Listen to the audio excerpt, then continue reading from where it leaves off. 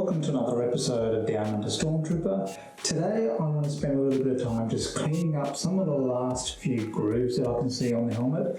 So I'm just going to fill those with the UV resin, expecting it to be a fairly light pass, but I just want to focus on those divots that I can still see in the helmet. But the priority right now is just to try and fill those gaps. So that's the aim for today.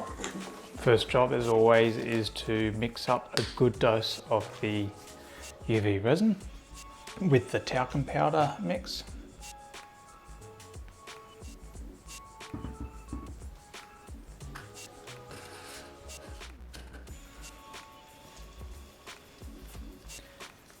Now, I'm not sure how much I'm going to be needing for this round because there's only a small amount that I need to fill. So I'll make a small amount of the UV resin mix and then we can always create more if we need it.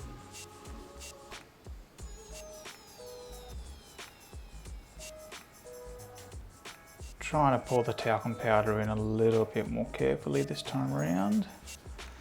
Alright, let's see, that may be way too much talcum powder. And here we go, I failed. And I've made a mess.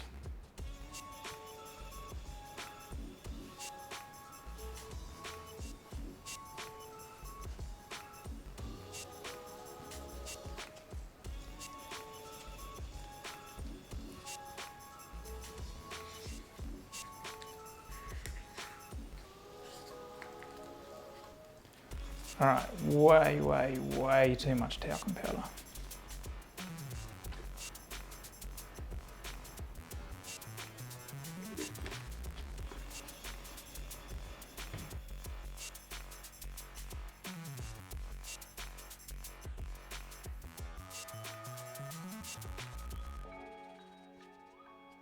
So basically what I'm looking for here in terms of consistency is I just want a nice viscous texture. I don't want it to be super runny. The UV resin, when it comes straight out of the bottle there, is really runny and it'll just get all over the model. So what I want to do is get this here so I can apply it nice and slowly with the applicator and not have it run all over the place. So that should be pretty good. I'm happy with that.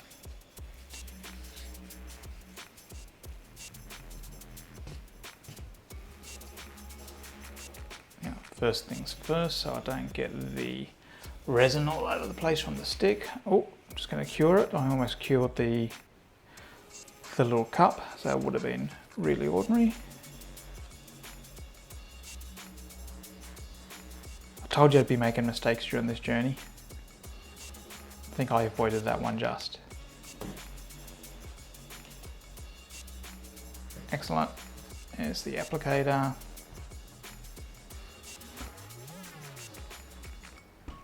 So I'm going to be doing this by feel. I can feel there's definitely some spots here that need to be looked at. So as always, just doing a little bit at a time.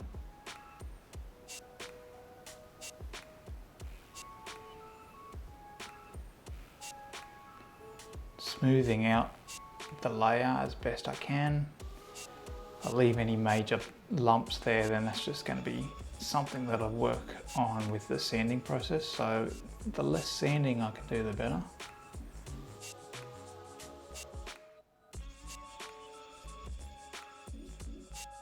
Again, being careful not to put the UV torch on top of the resin. All right, now there's definitely a ding here. You can probably even see that. All right, let's tackle that one. So I want to try and keep the resin going in there fairly thickly, just so I can cover that gap and that groove. But I don't want it crazy thick, like thick enough that it takes me forever to sand it back off.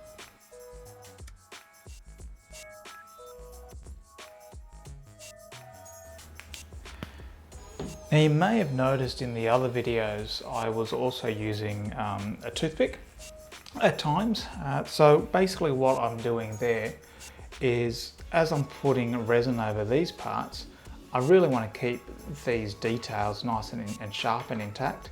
So if any resin goes into these grooves, then I'm just using the sharp end of a toothpick just to bring that resin back out of there. That'll keep that nice bit of detail on there, especially around the rank bars here, the rank marks. You can see here in the Rogue One Stormtrooper, they're actually indented. On the original A New Hope Stormtrooper, these rank bars were all just stickers. In fact, they were hand painted on the original helmets. So yeah, there's a little bit more detail here to stand up to the scrutiny of modern technology, modern cameras, and modern screens and TVs. So yeah, a little bit more detail, but I don't want those filled in with resin. So yep, just pulling it back out with the toothpick really helps.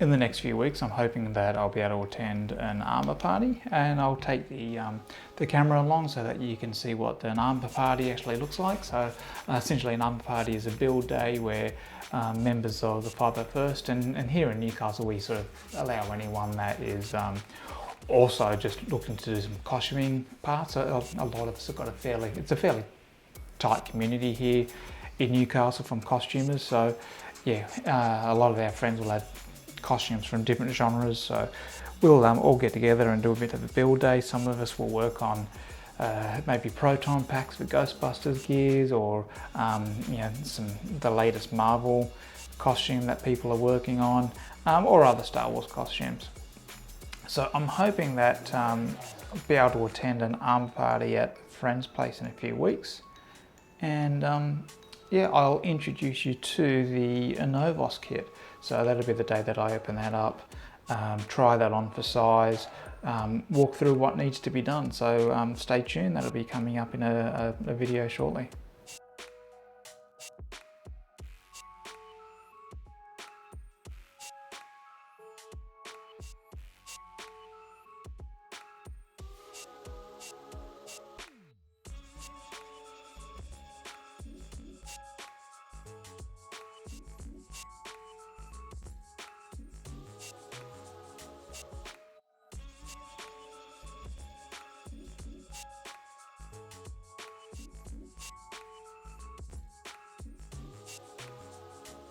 So all of these parts here will get covered up by the detail. So the vocoder, there's a separate part that I've printed for that, and the two Hobby mic tips, they'll also be in there. There's also the tiers that will get inserted into this component just there. So I'll look after those in a separate pass. I may not even need to do any sort of resin coating on those. They're feeling pretty good, so I was stoked with the finish for those smaller parts.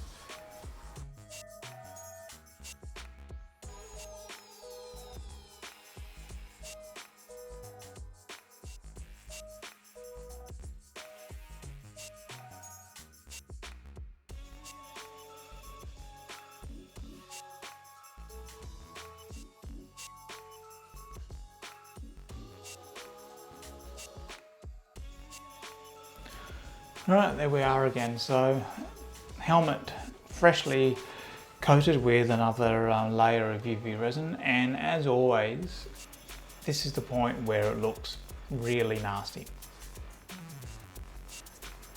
So let's get stuck into that sanding.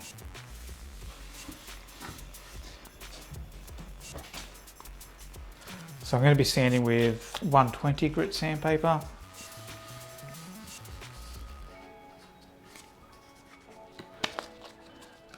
And I like to sand in circular motions. That way you're not sort of digging into a groove or anything like that, but also it's a little bit more organic if you can sand in a circle.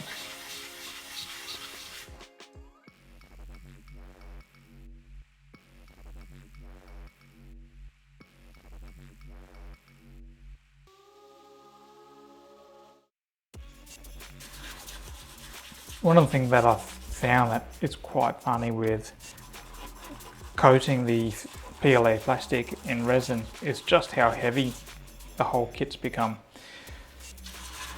So it'll be interesting to see, even though there's a lot of plastic and a fair bit of model to cover with resin here, it'll be interesting to see once the rest of the armor's put together just how heavy the whole kit's going to be.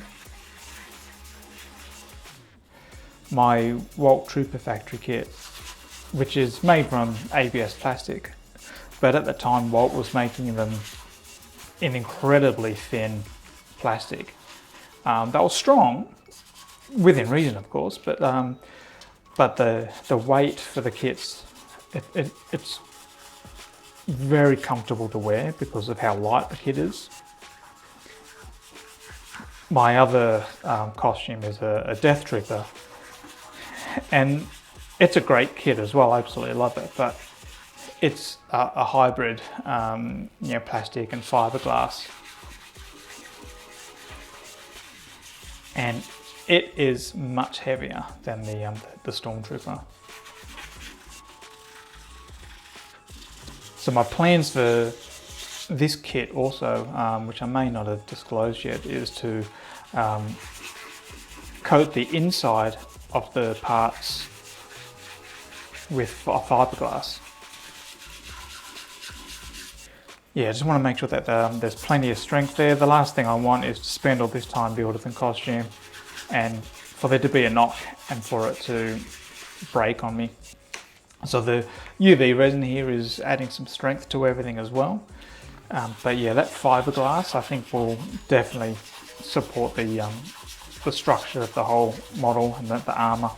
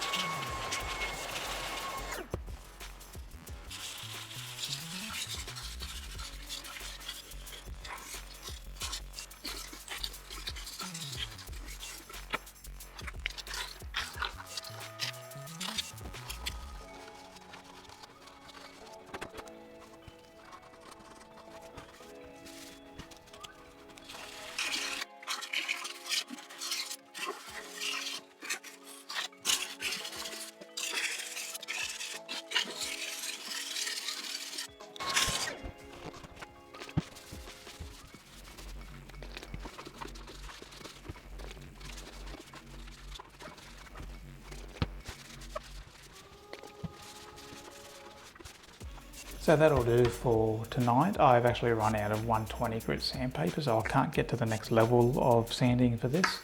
The finish is really looking good. It's filled in a lot of those layer lines that was still causing me some trouble.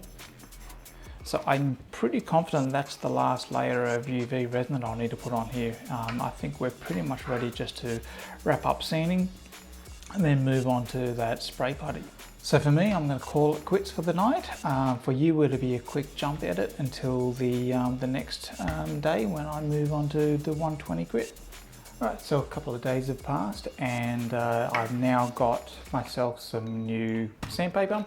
So I picked up some more 80 grit sandpaper here and also some 120 grit sandpaper. Figured I'd get some rolls. I'm going to go through it all, so I might as well get a fair bit.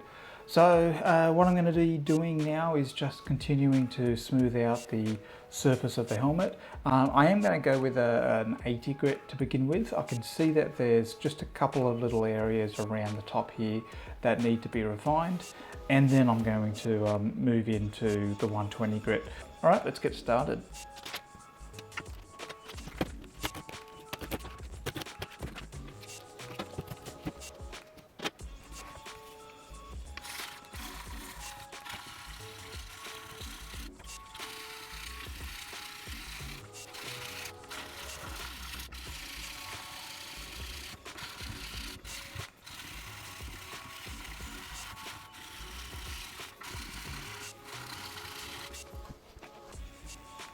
So there's definitely some areas here on the brow that need some cleaning up. One of the good things about this part of the helmet is that any sort of minor issues are going to be disguised because it's going to be painted black anyway, so you won't really see it. But that doesn't mean I don't want to get a good quality finish as I go. So yeah, going to do a little bit more work on this, but not be particularly concerned.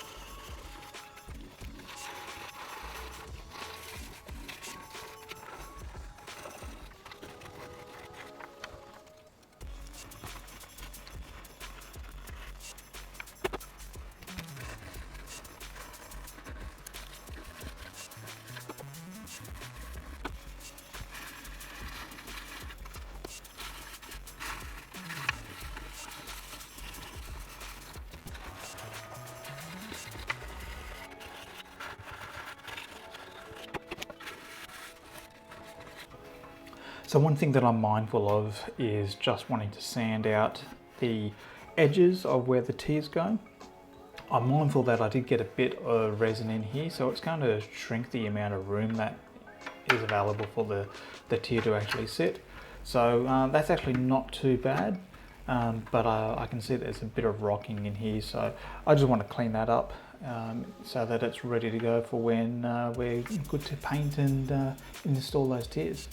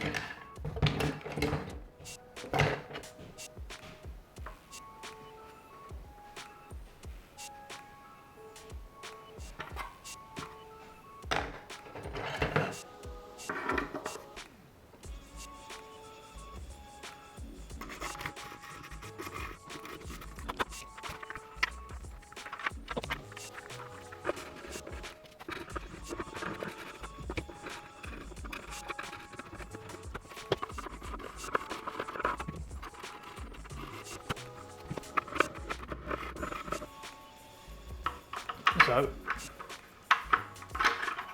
you can see it's pretty close, just a little bit jutting out, but yeah, I'll sand that bottom edge when it's time, and we'll be able to get that in.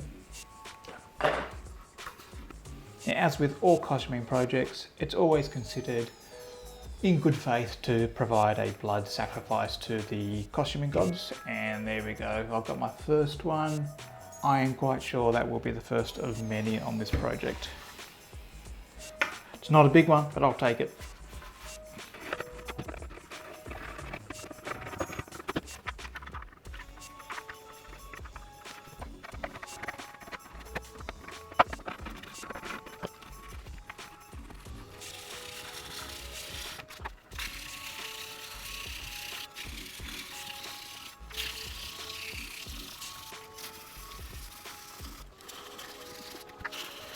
Okay, so the helmet is now in a position where the grooves have been filled and any sort of major bumps have been sanded back.